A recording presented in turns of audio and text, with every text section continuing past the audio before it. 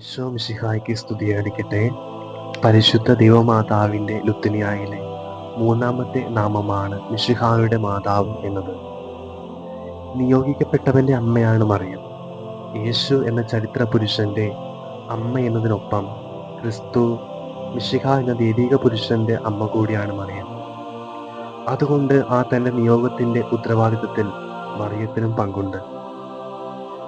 മിശിഹ അഥവാ ക്രിസ്തു എന്നീ നാമങ്ങൾ യഥാക്രമം ഹീബ്രു, ഗ്രീക്ക് ഭാഷകളിൽ യേശുവിന് നൽകുന്ന തലക്കെട്ട് അഥവാ സ്ഥാനപ്പേരിന് സമമാണ്.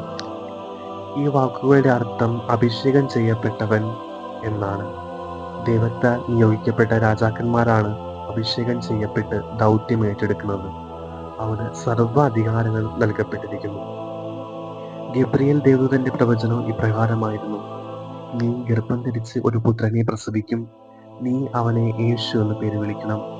അവൻ വലിയവനായിരിക്കും, അത്യുന്നതന്റെ പുത്രൻ എന്ന് വിളിക്കപ്പെടും. അവന്റെ പിതാവായ ദാവീദിന്റെ സിംഹാസനം ദൈവമായ കർത്താവ് അവന് കൊടുക്കും. അവൻ യാക്കോബിന്റെ കുടുംബത്തിന്മേൽ എന്നേക്കും ഭരണം നടത്തും. അവന്റെ രാജ്യത്തിന് അവസാനം ഉണ്ടായിരിക്കുകയില്ല. ക്രിസ്തു അഥവാ അഭിഷേകം ചെയ്യപ്പെട്ടവൻ ദൈവജനത്തിന്റെ രാജാവാണ്. ചിതറിക്കപ്പെട്ട മുഴുവൻ ഇസ്രായേൽ ജനതയുടെ മേൽ BC 8-ാം നൂറ്റാണ്ട് മുതൽ ഇസ്രായേലിലെ വടക്കൻ ഗോത്രങ്ങൾ വിജാതരുടെ ഇടയിൽ ചിതറിക്കപ്പെട്ടിരുന്നു. അതുപോലെ തന്നെ BC 6-ാം നൂറ്റാണ്ട് മുതൽ തെക്കൻ രാജ്യത്തിലെ യൂദായുടെയും ബെഞ്ചമിന്റെയും ഗോത്രങ്ങൾ ബാബിലോണിൽ പ്രവാസികളായി കഴിഞ്ഞുകൂടി.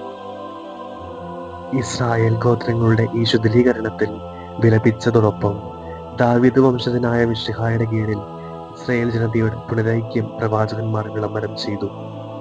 ഇസ്രായേൽ ഗോത്രങ്ങളെ സകല ജനതകളുടെയും ഒപ്പം തന്റെ മഹത്വപൂർണമായ രാജ്യത്തിലേക്ക് ഒരുമിച്ച് കൂട്ടുന്ന അഭിഷിക്തനായ ദാവീദ് രാജവംശനാണ് യേശു.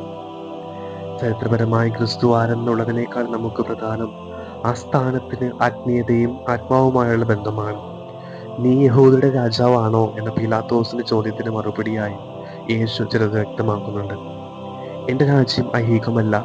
ആയിരുന്നെങ്കിൽ ഞാൻ യഹൂദർക്ക് ഏൽപ്പിക്കപ്പെടാതിരിക്കാൻ എൻ്റെ സേവകർ പോരാടുമായിരുന്നു.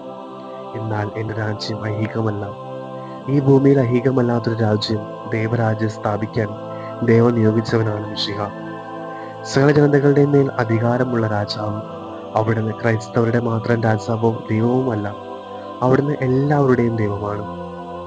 ഫ്രാൻസിസ് പാപ്പ അതിനാലാണ് ഇങ്ങനെ പറയുന്നത്: I am Catholic but my God is not Christian. ഞാൻ ഒരു കത്തോലിക്കനാണ്, പക്ഷേ എൻ്റെ ദൈവം ക്രിസ്ത്യാനിയല്ല.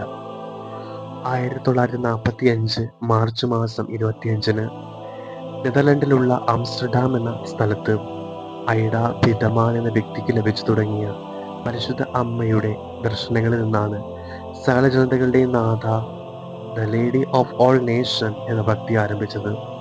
207ഓളം ദർശനങ്ങൾ ലഭിച്ച ഈ വ്യക്തി മാതാവ് പറഞ്ഞ നിർദ്ദേശങ്ങൾ ഉൾക്കൊണ്ട് 1951-ൽ ഹെൻറിക് റിപ്പക് എന്ന ജർമ്മൻ ചിത്രകാരൻ വരച്ച ചിത്രം ആട്ടിൻപറ്റം ചുറ്റും നിൽക്കുന്ന ഭൂഗോളത്തിന് മുകളിൽ കുരിശിന് മുന്നിലായി താഴേക്ക് കൈവിരിച്ചു നിൽക്കുന്ന അമ്മ പ്രസിദ്ധമായി മാറി.